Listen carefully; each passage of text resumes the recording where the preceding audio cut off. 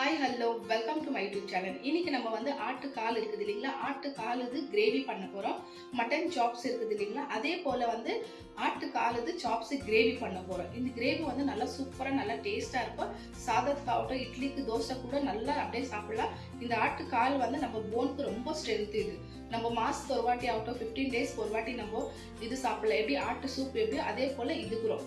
வாங்க பார்க்கலாம் இதுக்கு தேவையான பொருள் என்னென்னு பாருங்க. மட்டன் லெக் இருக்குது, இது ஒரு 6 பீஸ் இருக்குது வாங்கிக்கிறோம். நம்ம 6 வாங்கிட்டு க்ளீனாக வாஷ் பண்ணிவிட்டு அது மஞ்சாத்தூள் சேர்த்து உப்பு சேர்த்து நல்லா வாஷ் பண்ணிவிட்டு எடுத்து வச்சு வினிகரில் கூட கொஞ்சம் நேரம் நம்ம ஒரு 1/2 hour அளவு வினிகரில் கூட சேர்த்து ஊற வச்சுட்டோம். ஏன்னா இது வாசனை அடிக்காது, கவுச்செல்லாம் வராது இல்லைங்களா. பாருங்கள் இந்த சைஸு ஒன்றில் வந்து 3 பீஸ் கட் பண்ணி வச்சுக்கிறது ரொம்ப நல்லாயிருக்கும். ரொம்ப இது வந்து இடுப்பு நோவுக்கு ஜாயிண்ட் பெயினுக்கு எல்லாத்துக்குமே ரொம்ப நல்லது. இது மட்டன் சூப் தான் எப்போவுமே நீங்கள் சாப்பிட்டுருக்குவீங்க குடிச்சிருக்குவீங்க. ஆனால் இது வந்து மட்டன் சாப், மட்டன் லெக் பீஸ்லேயே சாப் மாதிரி பண்ணுற ரொம்ப நல்லாயிருக்கும், நல்லா டேஸ்ட்டாகவும் இருக்கும். இது நீங்கள் கண்டிப்பாக நீங்கள் செஞ்சு பாருங்கள். இதுக்கு தேவையான பொருள் காமிச்சிடறேன் என்னன்ட்டுன்னு. ஒரு பெரிய சைஸு டொமேட்டோ சின்னதாக கட் பண்ணி வச்சுருக்கிறோம். அதே போல் 2 ஆனியன் இருக்குது, டொமேட்டோட ஜாஸ்தி இருக்குது, அது ஸ்லைஸாக கட் பண்ணி வச்சுருக்கிறோம். நம்ம இது கொஞ்சம் ஆனியன் நல்லா சேர்த்துனா ரொம்ப நல்லாயிருக்கும். டொமேட்டோ வேணுன்னா 1-2 ஆனியன் அந்த மாதிரி நீங்கள் கணக்கு வச்சுக்கோங்க. கொஞ்சம் கொத்தமல்லி வச்சுக்கிறோம், கொஞ்சம் கருவேப்பிலை, ஒரு 2 க்ரீன் சில்லி இருக்குது. ஏன்னா க்ரீன் சில்லி இதெல்லாம் சேர்த்தோன்னாக்கா இதுக்கு ஃப்ளேவர் நல்லாயிருக்கும், நல்லா டேஸ்ட்டாகவும் இருக்கும். அதுக்கோசரம் தான் நம்ம இது க்ரீன் ஐட்டம் சேர்க்குறோம். இதுக்கு மசாலா இங்கே காமிச்சிடுறேன் உங்களுக்கு.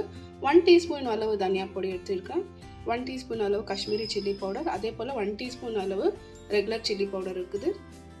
கரம் மசாலா 1 டீஸ்பூன் அளவு இருக்குது.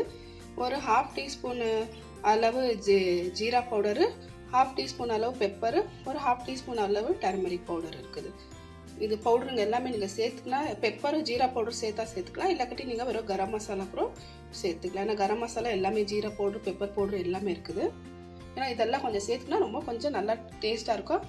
அது கொஞ்சம் கவுச்சி வாசனைலாம் இருக்காது, அதுக்கு தான். இப்போ ஹோல் கரம் மசாலா காமிச்சிடுறேன். 2 பிரியாணி இலை இருக்குது, 1 இன்ச்சு பட்டை இருக்குது, ஒரு வந்து ஏலக்காய், 3 லவங்க இருக்குது, கல்பாசி கொஞ்சம் வச்சுருக்கிறேன், ஒரு ஸ்டார் அனாசி 1 டீஸ்பூன் வந்து ஜிஞ்சர் கார்லிக் பேஸ்ட்டு. தாளிக்கிறதுக்கு வந்து நான் குக்கிங் ஆயில் வந்து கோகோனட் ஆயில் வச்சுருக்கிறேன். நீங்கள் எது வேணும்னா வச்சுக்கலாம், சேர்த்துக்கலாம். இப்போ நம்ம இது குக்கரில் தான் செய்கிறோம். பாருங்கள் இந்த மாதிரி ஒரு அகலமான குக்கர் எடுத்துக்கலாம். ஏன்னா இது நல்லா பெருட்டுறதுக்கு கொஞ்சம் நல்லாயிருக்கும், அதுக்கோசரம் தான். இதில் கொஞ்சம் நம்ம ஆயில் சேர்த்துக்கலாம். பாருங்கள் ஒரு குக்கர் வச்சுட்டு கொஞ்சம் ஆயில் சேர்த்துக்கணும். ஆயில் சேர்த்துனா இருக்கிறது ஹோல் கரம் மசாலா எல்லாமே சேர்த்துக்கலாம்.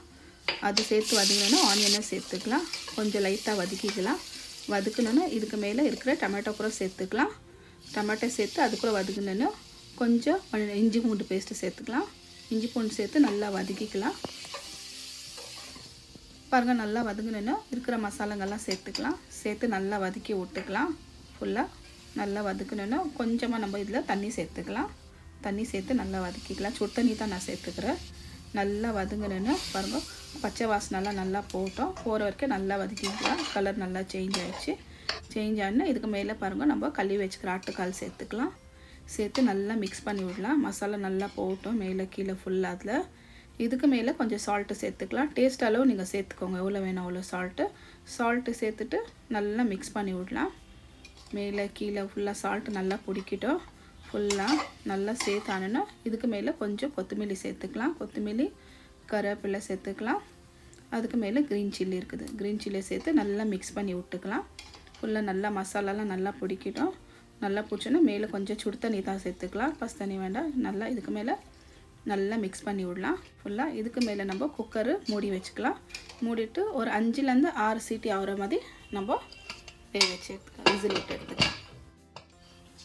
5-6 விசில் நம்ம விட்டுட்டோம். நல்லா பாருங்கள் திறந்து பார்க்கலாம். திறந்து பார்த்துட்டு பாருங்கள் தண்ணி எல்லாம் கரெக்டாகுது. நல்லா மிக்ஸ் பண்ணி விட்டுக்கலாம் ஃபுல்லாக மேலே கீழே. இந்த அளவுக்கு திக்கு இருந்தால் போதும், ரொம்ப தண்ணி வேண்டாம். நம்ம சாதத்தில் மிக்ஸ் பண்ணி சாப்பிட்ற மாதிரி இருக்கட்டும்.